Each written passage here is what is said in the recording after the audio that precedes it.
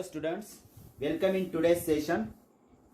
You know that in the earlier session we learnt about Pascal's law. In this session we are going to see the applications of Pascal's law. There are certain machines, hydraulic lift, hydraulic brakes, hydraulic press. All these machines work on the principle of Pascal's law. These are applications of Pascal's law.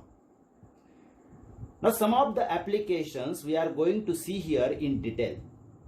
One of them is hydraulic lift. What is hydraulic lift? Hydraulic lift is a machine which is used to lift heavy loads such as trucks, cars, etc.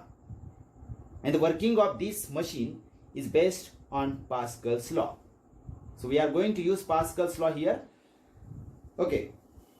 There is a tank which is filled with a liquid or fluid, maybe oil there, fitted with two pistons S1 and S2. One of them is having a small cross-sectional area, just like here A1 is the cross-sectional area of S1, which is smaller here, and another piston is having a larger cross-section area, just like S2 is a piston here having a cross-sectional area A2. And here you have to remember that area of second piston is much larger than area of first piston. Okay. Now, this piston S1 is for exerting a force in a downward direction. So what happens when the force is exerted on the piston S1? It creates a pressure inside the liquid. This pressure is given by P1 is equal to F1 upon A1. Means force per unit area is a pressure here. What happens when this pressure is created here inside the liquid? It is distributed equally in all the directions. Means this pressure is transmitted here and exert a pressure on the piston S2 here. So this pressure causes a force acting on piston S2 in the upward direction. See, F2 is the force in the upward direction. Just like here, F1 is the force in a downward direction which is acting on piston S1. Here F2 is the force acting on piston S2 which is acting in the upward direction. This force F2 is given by F2 is equal to P2 into A2, where P2 is the pressure in the liquid which is acting on piston S2 and A2 is the cross-sectional area of second piston S2. Now, if we give this as equation number 1 and when we write this is the force acting on a piston S2, it is clearly seen that here the pressure P1 is equal to P2. That is according to Pascal's law. The pressure is transmitted equally and undiminished. That is Pascal's law. So here P1 is equal to P2 according to Pascal's law. Means we can write here this is according to Pascal's law.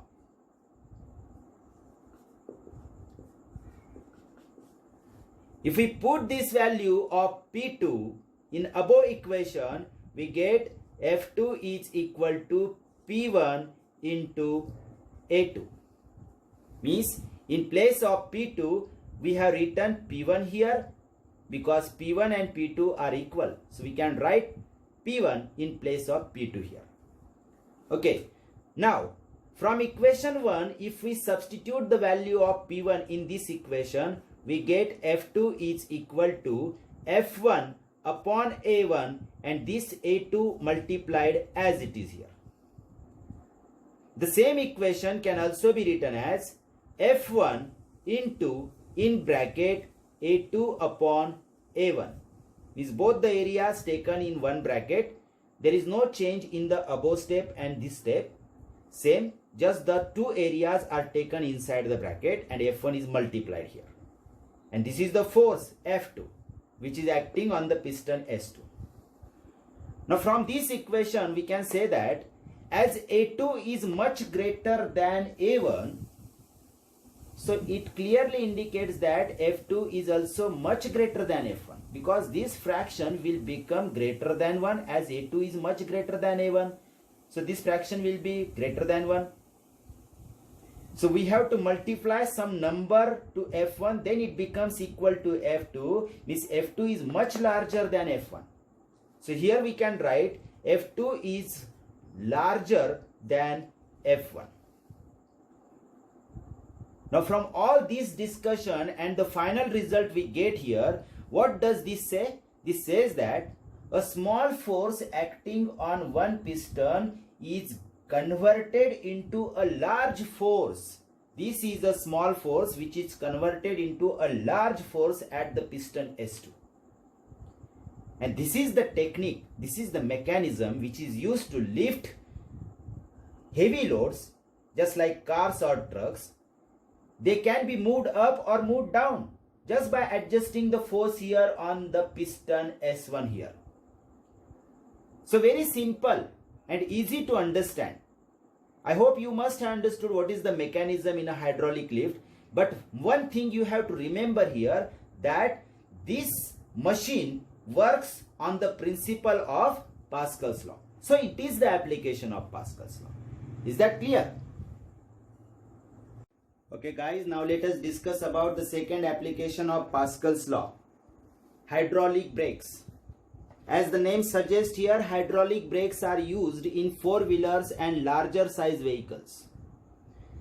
The working of hydraulic brakes is also based on the principle of Pascal's law, just like in a hydraulic lift.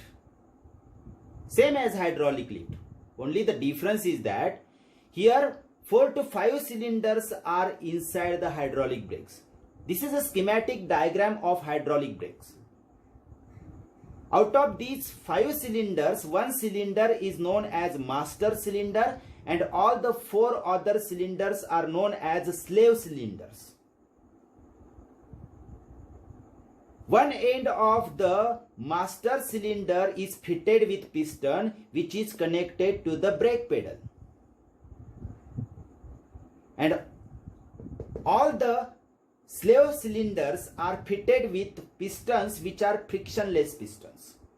But these pistons of slave cylinders are connected to the friction pads which are connected to the disc of the wheels. So how does it work? When the force is applied on a brake pedal, F1, which is a force here, F1 is the force which is applied on a brake pedal, it pushes the piston in a forward direction, which causes to create a pressure inside the fluid. This pressure which is created here inside the fluid is given by the formula P1 is equal to F1 upon A1, where A1 is the area of cross section of the master cylinder. One more thing you have to remember here is that the area of cross section of the master cylinder is much smaller than the area of cross section of the slave cylinders. Means A2 is much greater than A1. Very important thing, remember this. Okay, now when this pressure is created here, this pressure is transmitted equally in all directions through the fluid on the pistons of slave cylinders, due to which this pressure causes the pistons to move in the forward direction.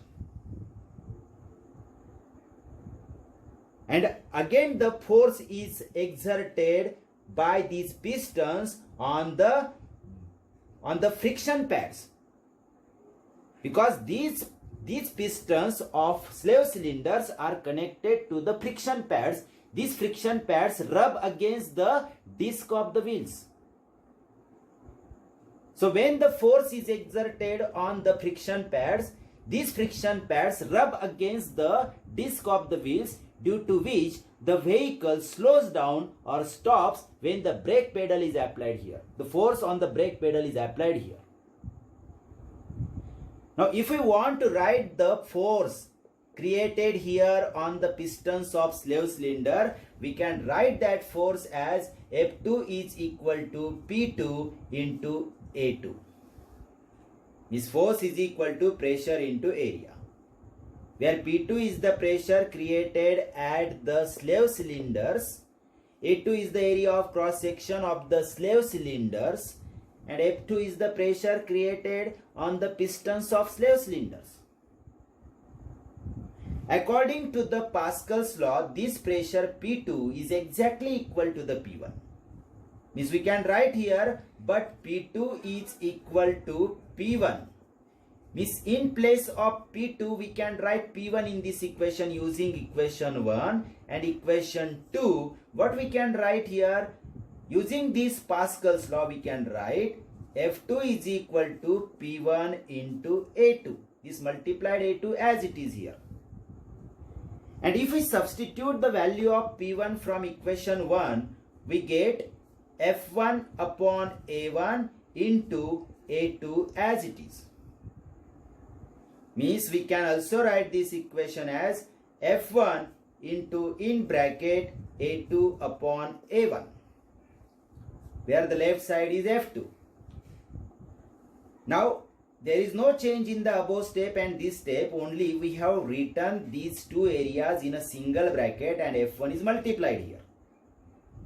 Now from this equation it is clear that as A2 is much greater than A1, see here A2 is much greater than A1, this indicates that F2 is also much greater than F1. Means you can write here F2 is much greater than F1.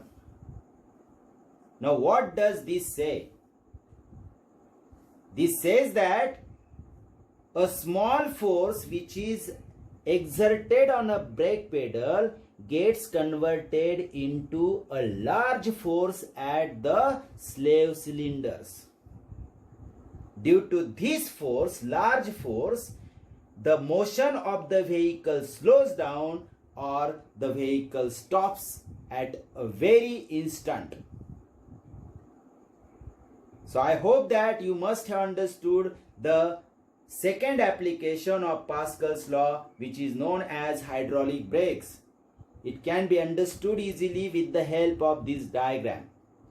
So it is very easy. Okay.